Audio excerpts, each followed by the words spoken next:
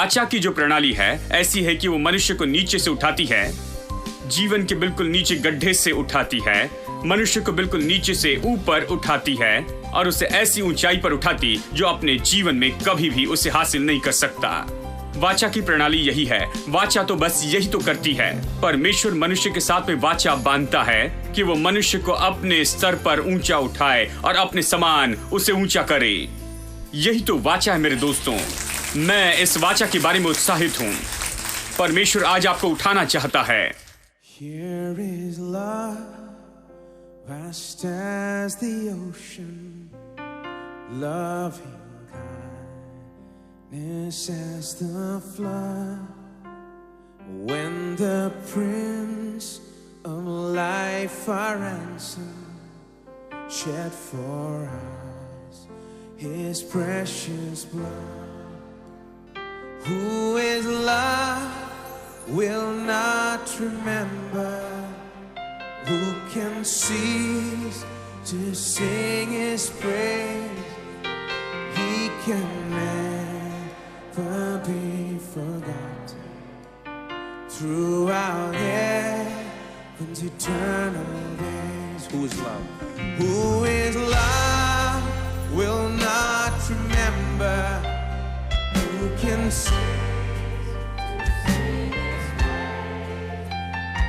can never be forgotten throughout heaven's eternal day. On the mount of crucifixion, fountains open deep and wide, through the floodgates of God's mercy flowed a vast and gracious sky. Grace and love like mighty rivers poured incessant from above, and heaven's peace and perfect justice kissed a guilty world. Grace and love like mighty rivers poured incessant from above, and heaven's peace and perfect justice kissed a guilty world in love. Truth, you do direct me by your Spirit through your word. Your grace, my need is meeting as I trust in you, my Lord. Of your fullness you are pouring your great love and power on me, without measure, full and boundless. Sing that again. Of your fullness you are pouring your great love and power on me, without measure, full and boundless, drawing out my heart. Grace and love like mighty rivers poured incessant from above, peace and perfect justice kissed a guilty world. Let's sing it one last time. Grace and love like mighty rivers poured incessant from above, and heaven's peace and perfect justice kissed a guilty world in love. And heaven's peace and perfect justice kissed a guilty world in love.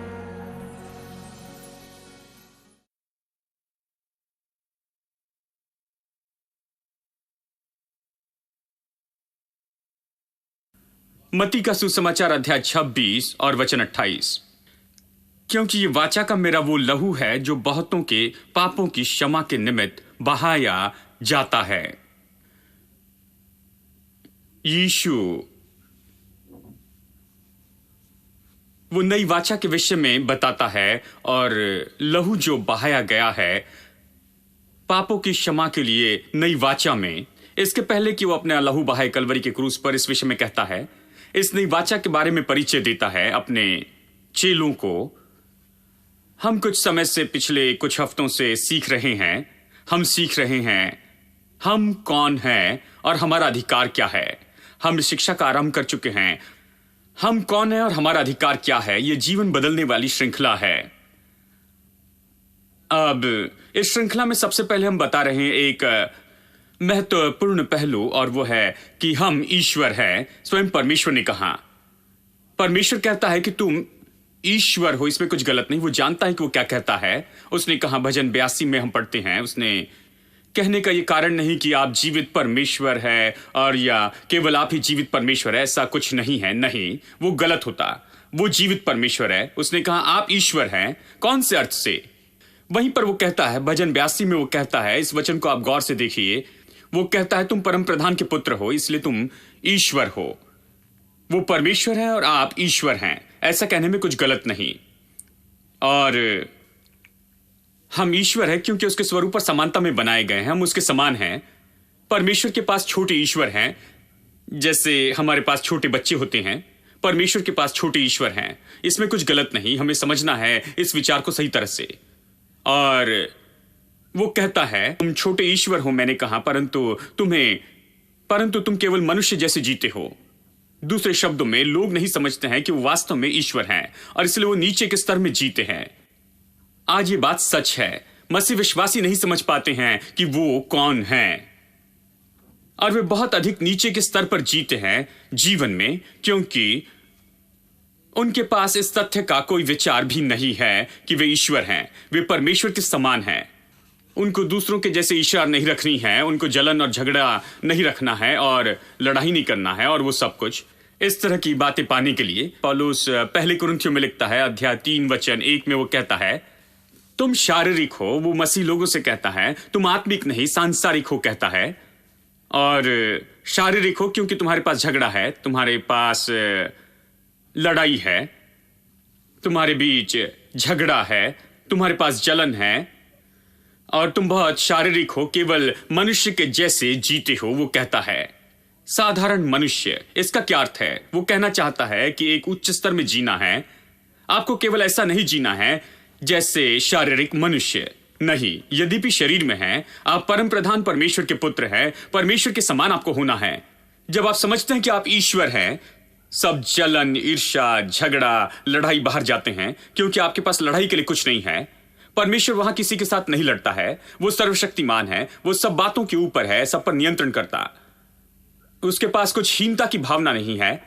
वो दूसरों के पास क्या है इस विषय में चिंता नहीं करता। दूसरे व्यक्ति के बारे में जलन नहीं रखता। वो झगड़े में नहीं है, छोटे विचार का नहीं है। परमेश्वर किसी सांसारिक पुरुष और स्त्री के समान व्यवहार नहीं करता है। वो बहुत खुले दिमाग का है, वो बड़े दिल का है, क्योंकि वो बहुत बड़ा है, वो बहुत अद्भुत है। ठीक है। और पौलुस कहता है तुम साधारण मनुष्य की रीति मत चलो, तुम परमेश्वर के समान बनो। इसी कारण लोग मनुष्य की रीति पर चलते हैं, क्योंकि वो नहीं समझते हैं कि वे कौन है। आप कौन है ये समझना वास्तव में आपको स्वतंत्र करता है आपके जीवन में ऐसे जीने के लिए जैसे चाहिए। तो मुझे इस विषय पर आपको बताना बहुत ही जरूरी है, और वो भी आज के दिन। हमने कुछ हफ्ते पहले इस पर चर्चा शुरू की कि इस तथ्य के बारे में कि आप ईश्वर हैं। हमने वाचा के विषय बताया कि हम लोग वाचा के लोग हैं। यह बहुत महत्वपूर्ण है। हमें इस वाचा को समझना होगा। आने वाले हफ्तों में मैं नई वाचा के विषय में आपको बताऊंगा। यह बहुत ही रोमांचित करने वाली बात है, नई वाचा। और इसलिए पिछले हफ्ते हमने ये वचन पढ़ा था। मैंने आपको इस विषय में बताया कि नई वाचा कब शुरू हुई थी। ये कहता है ये मेरी वाचा का लहू है, यीशु कहता है। दूसरे शब्दों में, जब लहू क्रूस पर बहाया गया और वो मर गया, नई वाचा शुरू हो गई। और नई वाचा के साथ नए नियम की शुरुआत भी होती है। मैंने आपको बताया कि कैसे बाइबल 2 भागों में अलग हुई है, पुराना नियम और नया नियम। नया नियम, नियम में शब्द का अर्थ है वाचा, सच में, और हम कह सकते हैं नई वाचा। यहां पर नियम शब्द का अर्थ है कॉन्ट्रैक्ट, या बेहतर शब्द है वसीहत। नया नियम वसीहत है। परमेश्वर के पास हमें देने के लिए इच्छा पत्र है, कुछ निश्चित बातें, जैसे आप अपनी पत्नी को देना चाहते हैं, अपने बच्चों को और अपने वंश को कुछ निश्चित बात जब आप मरते हैं। परमेश्वर जिसने सब कुछ बनाया वो अपने बच्चों को कुछ निश्चित बातें देना चाहता है, और इसलिए यह पाया गया है नया नियम। और जब ये नई वाचा प्रभाव में आती है क्रूस पर यीशु की मृत्यु के साथ, मैंने आपको बताया कैसे वसीयत प्रभावी होने के लिए उस व्यक्ति का मरना जरूरी है। शायद उसने 100 करोड़ लिखे हो, लेकिन आप 1 रुपया नहीं ले सकते जब तक कि वो मर न जाए। आपको इंतजार करना है। जब वो मर जाता है तो वसीयत जीवित होती है। जिस पल वो व्यक्ति जो वसीयत लिखता है, जिस पल वो मरता है, नियम, ये वसीयत जीवित होती है। इसलिए जिस क्षण यीशु मरा, नियम बनाने वाला मरा, नियम, नया नियम प्रभावी हो गया। अब मैं आपको बताऊं नया नियम क्या है, कहां नया नियम पाया जाता है। मैंने आपको मत्ती अध्याय 1 निकालने के लिए कहा था और कहा एक पन्ना पीछे पलट जाएं, और आप वहां पर उसे पलट के देखें। वहां केवल कोरा पन्ना था, कुछ नहीं लिखा था, बस नया नियम लिखा था। मैंने आपको बताया कि यद्यपि यहां पर नया नियम कहा गया है और फिर मत्ती, मरकुस, लूका और यूहन्ना शुरू होते हैं, मैंने आपको दिखाया ये वास्तव में यहां नहीं है जहां तकनीकी रूप में नया नियम शुरू हो। नया नियम तकनीकी रूप में यीशु की मृत्यु पर शुरू होता है। इसलिए अधिकांश बातें जो मत्ती, मरकुस, लूका और यूहन्ना में मिलती है वे पुराने नियम की है। यूहन्ना बपतिस्मा देने वाला जहां पुराने नियम की समय की सेवकाई है, उसने पुराने नियम की वाचा में सेवकाई की। नई वाचा की शुरुआत यीशु मसीह की मृत्यु पर हुई, और इसलिए जिस पल वो मारा गया उस पल नया नियम शुरू हुआ। इसलिए नई वाचा वास्तव में पत्रियों का संकलन है, और इसलिए पत्रियां, पौलुस की पत्री, पतरस और यूहन्ना की पत्री नए नियम में विश्वासियों के लिए बहुत ही महत्वपूर्ण है। पत्रियां आपको देते हैं एक विस्तृत विवरण कि परमेश्वर ने हमारे लिए क्या छोड़ा है, परमेश्वर ने हमें क्या दिया है। पत्रियों का यही काम है, उन बातों को विवरण से बताए जो परमेश्वर ने दिया है, और उसने अपने अनुग्रह और दया से हमें दिया है, और उसके प्रेम से उसने हमें क्या दिया है। इसलिए नए नियम की पत्रियां विश्वासियों के लिए बहुत ही महत्वपूर्ण है। मैं दिखाना चाहता हूं कि वहीं पर आपकी आंखें पूरी तौर से खुली हो, आपको देखना होगा और बड़े सावधानी से पढ़ना है। तो बाइबल, नया नियम बहुत महत्वपूर्ण है। बाइबल बहुत महत्वपूर्ण है। यह वसीयत है। इसलिए 200 रुपए खर्च करना या 2000 रुपए खर्च करना कुछ भी नहीं, क्योंकि इसके जरिए आपको जो मिलता है वो बहुत अधिक है उन रुपयों से जो आपने खर्च किए हैं। तो जल्दी से इसे खरीदिए। यदि आपके पास बाइबल नहीं है और यदि इसे कभी नहीं पढ़ा, मैं आपको सलाह देता हूं कि आप दुकान पर जाएं और उनसे कहें, सैम चलोदराई वसीयत के बारे में कह रहे हैं, क्या आपके पास वो वसीयत है? आप उनसे मांगे। मैं लोगों को वहां पर भेजता हूं हर प्रकार की बातें मांगने के लिए। उनसे मांगे कि आपके पास वसीयत की वो कॉपी है जहां सारी बातें मेरे लिए छोड़ी गई है, मैं उसकी प्रति चाहता हूं, उसमें से होकर जाएं। और फिर उसे प्राप्त करने के बाद बहुत सी वसीयत के जैसे ही आप इसे नहीं समझते हैं, ये कानूनी भाषा है, जटिल भाषा है, और इसलिए परमेश्वर ने मेरे जैसे प्रचारकों को रखा और ऐसा चर्च रखा है कि हम आपको बता सके कि वसीयत किस बारे में है। प्रति रविवार आप यहां पर आए, मैं आपको पढ़ाऊंगा वसीयत किस बारे में है, यह हमारे लिए क्या लेकर आती है विस्तार से। अब इसके पहले कि वसीयत लिखने वाला एक नियम लिखता है या वसीयत, वो हमेशा इस विषय में बातें करता है। क्या ये सत्य नहीं? लोग जिनके पास बहुत सी चीजें हैं वो चर्चा करते हैं पत्नी के साथ या बच्चों के साथ या वकील के साथ, ये सब कुछ वो बताते हैं कि कैसे अपने पत्नी को घर देना चाहते हैं, बेटी को गहना और बेटे को जमीन, और जो कुछ भी हो वो बताते रहते कि वो किसे क्या देना चाहते हैं। वो इसके बारे में चर्चा करते। उसी तरह से यीशु जो हमारी वाचा को देने वाला है, इस इच्छा पत्र का, नए नियम का, और इसके पहले कि ये नया नियम प्रभावी हो जाए, इसके पहले ही, इस विरासत को पेपर में लिखने के पहले ही उसने इस पर चर्चा की अपने जीवन काल में यहां, और यहां पर कुछ वाक्य कहे कि आप जानते हैं, कुछ बच्चे जानते हैं कि पिता ने उन्हें क्या देने के लिए पहले कहा है। वो कहते हैं कि उन्होंने बताया था कि मुझे ये जमीन देंगे, तो देखिए क्या वो जमीन मेरे नाम पर लिखी हुई है, क्योंकि पहले इस पर चर्चा की थी। यानी हमारी वाचा लिखने वाला जिसने ये इच्छा पत्र हमारे लिए रखा है, वो इसके बारे में बातें करता है उसके प्रभावी होने के पहले, उसकी मृत्यु के बहुत पहले ही, इसे पेपर पर लिखने के बहुत पहले ही, सुसमाचार में इस पृथ्वी पर उसके जीवन काल के दौरान, नई वाचा शुरू होने के पहले ही वो बताता है कि वो क्या होते हुए देखना चाहता है उस पर विश्वास करने वालों में। तो मैं चाहता हूं कि आप इस बात को आज देख ले, क्योंकि केवल विश्वास तभी आएगा, विश्वास सुनने से और प्रभु वचन के सुनने से आता है। हमें यह सुनना बहुत ही महत्वपूर्ण है, क्योंकि विश्वास तो केवल वाचा के लाभों को ले लेना है कि हम आजादी की जगह पर आ सके। जब मैं आजादी कहता हूं, मतलब है अपने आप में परिपूर्ण होना और भरपूरी से रहना। हमें अपने आप में परिपूर्ण होना और बहुतायत की जगह पर पहुंचाने के लिए हमें विश्वास चाहिए, नहीं तो फिर हम जिस जगह पर है वहीं पर रहेंगे, हम जैसे हैं वैसे ही रहेंगे। विश्वास हमें आगे ले जाता है, विश्वास हमें आगे ले जाता है। विश्वास इस वाचा को लेकर आगे बढ़ता है और दावा करने लगता है और लेता है वो सब जो यहां पर लिखा गया है।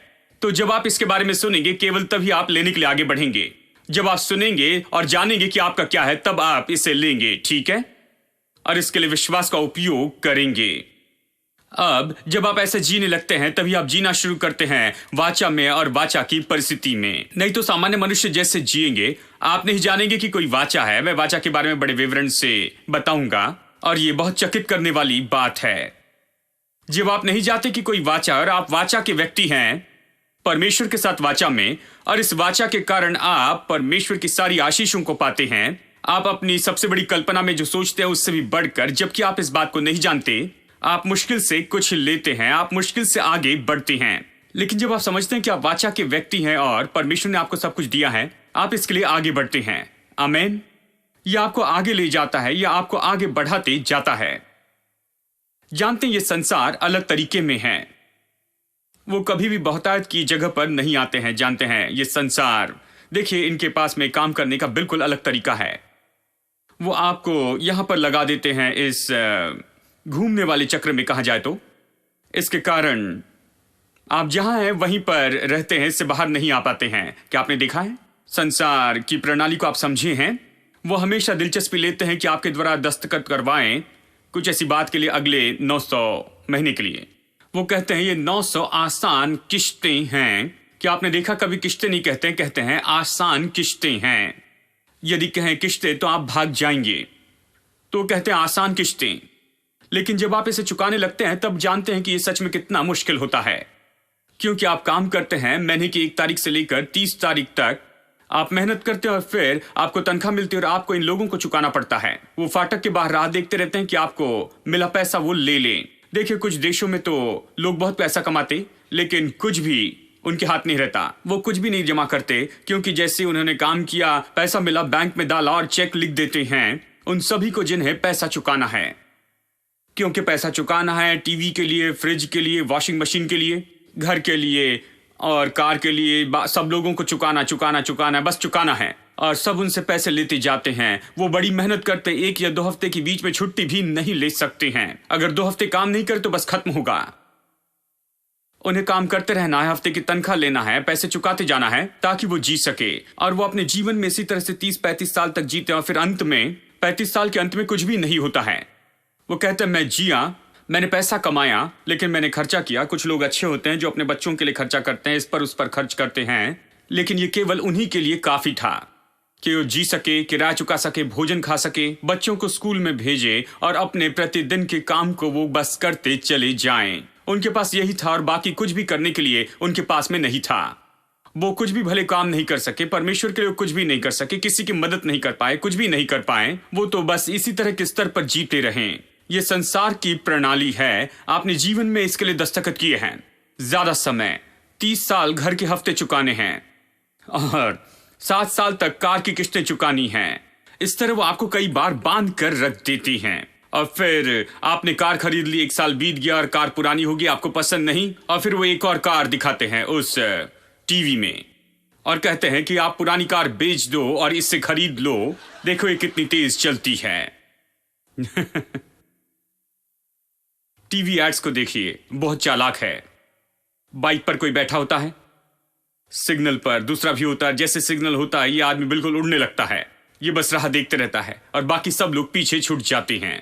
हाँ, वो कह रहे हैं कि तुम्हें अपनी बाइक बदलने की जरूरत है और आप उनसे पूछते हैं कि आपने कितनी कीमत चुकाई है। वो कहता है 2000 रुपए कम। इसके लिए हर महीने कितना चुकाते हो? हर महीने 100 रुपए थोड़ा सा कम देते हैं। कब तक देना है? 6 महीने कम देना है। देखो कितनी आसान डील है, लेकिन जब आप सच में डील करते हैं तो आप इसमें बहुत ज्यादा चुकाते हैं, जानते हैं, क्योंकि आपने पहले के लिए कीमत नहीं चुकाई है और इसे शुरू कर देते हैं। और फिर आप गड़बड़ी में आ जाते हैं। जानते हैं, ये तो संसार की प्रणाली है, लेकिन वाचा की प्रणाली ये तो ऐसी है जो बनाई गई है कि सबसे गरीब मनुष्य को भी धनी बनाए। संसार की प्रणाली तो इस तरह से बनाई गई है कि जो गरीब है उसे बस गरीब ही बनाए रखें, मध्यम वर्गीय को मध्यम वर्गीय बनाए, निश्चित करे कि वो उस घेरे से बाहर ना आए, और धनी को धनी बनाए और उसे हमेशा धनी बनाते जाएं। ये ऐसी बनी है संसार की प्रणाली।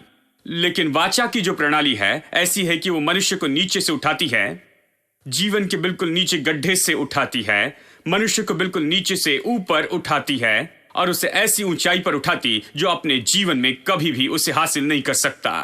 वाचा की प्रणाली यही है। वाचा तो बस यही तो करती है। परमेश्वर मनुष्य के साथ में वाचा बांधता है कि वो मनुष्य को अपने स्तर पर ऊंचा उठाए और अपने समान उसे ऊंचा करे। यही तो वाचा है मेरे दोस्तों। मैं इस वाचा के बारे में उत्साहित हूं। परमेश्वर आज आपको उठाना चाहता है। हम सब तो बहुत ही माहिर है कि हम संसार की प्रणाली में जीते जाएं। हम संसार की प्रणाली में इतने अच्छे से बन चुके हैं, जानते हैं, हमारे पास वो कार होनी चाहिए क्योंकि हमारे भाई के पास में वो कार है, और हमारे पास में ऐसी बाइक होनी चाहिए क्योंकि सड़क के उस पार रहने वाले के पास में ऐसी बाइक है। हमारे पास में ऐसी टीवी होनी चाहिए क्योंकि ऊपर वाले लोगों ने ऐसी टीवी खरीदी है। हम नहीं सोचते हैं यहां प्रभु की प्रणाली पर, हम संसार के तरीके के बारे में सोचते हैं। लेकिन मैं आपको परमेश्वर के तरीके बताऊंगा, वाचा का तरीका मैं आपको बताऊंगा। क्या आप तैयार हैं?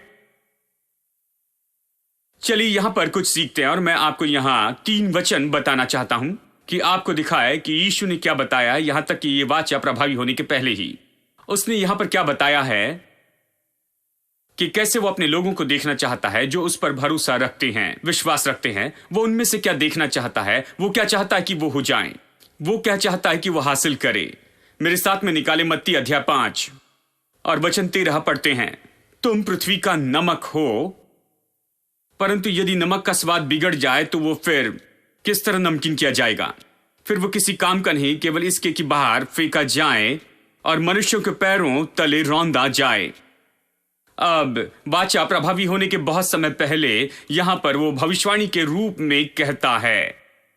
वो कहता है तुम पृथ्वी के नमक हो। जब वो उनसे कहता है, वो पृथ्वी के नमक नहीं थे, लेकिन वो कहता है तुम पृथ्वी के नमक हो। दूसरे शब्दों में वो क्रूस पर मरने वाला था, लहू बहाने वाला था, पाप दूर करके प्रभु की संतान बनाने वाला था, प्रभु के परिवार में लाने वाला था, सब करने वाला था, और उन्हें यहां पर इस पृथ्वी पर रखने वाला था कि वो पृथ्वी के नमक हो जाए। नमक, अब नमक 2 काम करता है। उसमें से एक है कि वो स्वाद देता है, यानी बहुत से भोजन में अगर आप थोड़ा नमक मिलाते हैं वो उसमें स्वाद लाता है। नमक के बिना खाना नहीं चाहते, ठीक है? इतना सारा भोजन और थोड़ा सा नमक बहुत फर्क लाता है।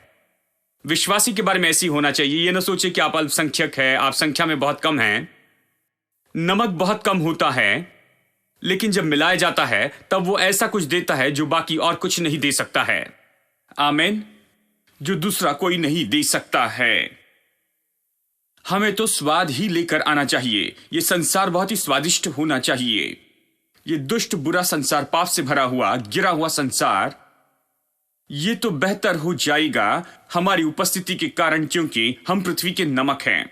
उसने नहीं कहा तुम चर्च के नमक हो, पृथ्वी के नमक है। आप स्वर्ग के नमक नहीं। बहुत से लोग बस मरकर स्वर्ग जाने की राह देखते हैं, और परमेश्वर कहता है किस लिए?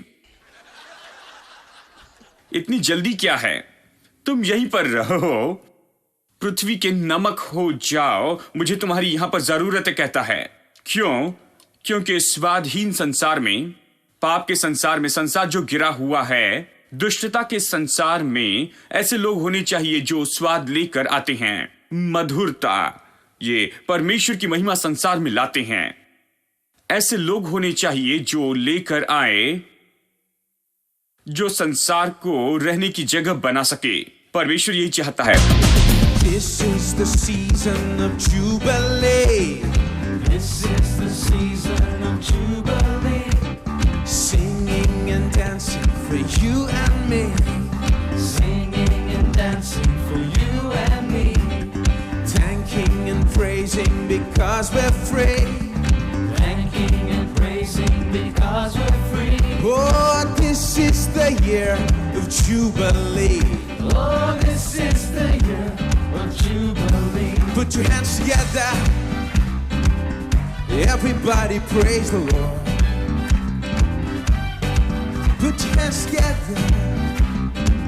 Sing and shout and praise the Lord. This is the season of Jubilee. This is the season of Jubilee.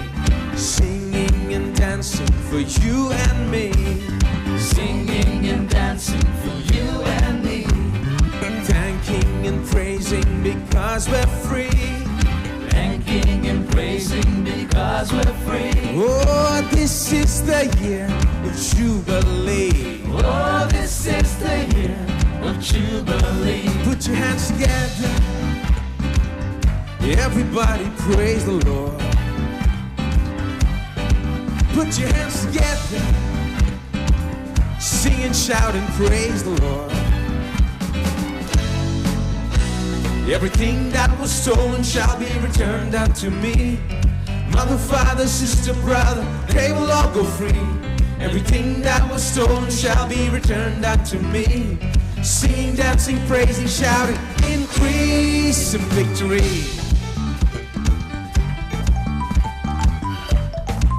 Sing that again.